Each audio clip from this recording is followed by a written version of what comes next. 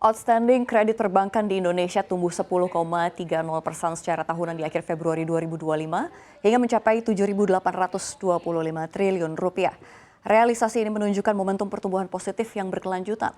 Sebab di akhir Januari lalu, Otoritas Jasa Keuangan mencatat kalau kredit perbankan tumbuh 10,27%. Laju pertumbuhan kredit yang positif ini didukung tren pertumbuhan kredit modal kerja, investasi, hingga konsumsi yang kompak melanjutkan tren pertumbuhan. Baik segmen korporasi hingga usaha mikro kecil dan menengah atau UMKM, diakui OJK masih terus tumbuh permintaan kreditnya. Kemudian dari segi kelompok bank, OJK mengakui kalau kelompok bank plat merah atau BUMN masih menjadi penyokong utama pertumbuhan outstanding kredit perbankan di Indonesia di akhir Februari 2025. Pada Februari 2025, pertumbuhan kredit tetap melanjutkan double digit growth, yaitu sebesar 10,30% year on year, sementara Januari sebelumnya adalah sebesar 10,27%, menjadi sebesar 7.825 triliun. Berdasarkan jenis penggunaan, kredit investasi tumbuh tertinggi, yaitu sebesar 14,62%, diikuti oleh kredit konsumsi sebesar 10,31%, sedangkan kredit modal kerja tumbuh sebesar 7,66%. Sementara ditinjau dari kepemilikan, Bank BUMN menjadi pendorong utama pertumbuhan kredit yaitu sebesar 10,93% year on year.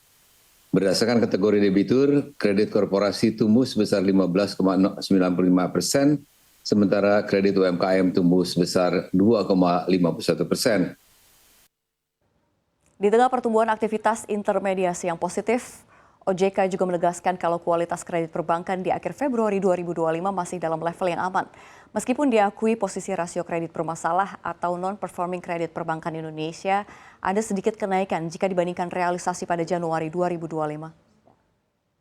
Kualitas kredit tetap terjaga dengan rasio non-performing loan atau NPL growth sebesar 2,22% dibandingkan dengan bulan Januari yang lalu sebesar 2,18% dan NPL net sebesar 0,81%, di mana Januari yang lalu tercatat sebesar 0,79%. Loan at risk juga relatif stabil, tercatat sebesar 9,77%. Januari yang lalu tercatat sebesar 9,72%. Meskipun meningkat dibandingkan bulan sebelumnya, namun rasio NPL growth dan LAR menurun dibandingkan posisi Februari 2024 yang masing-masing sebesar 2,35% dan 11,56%.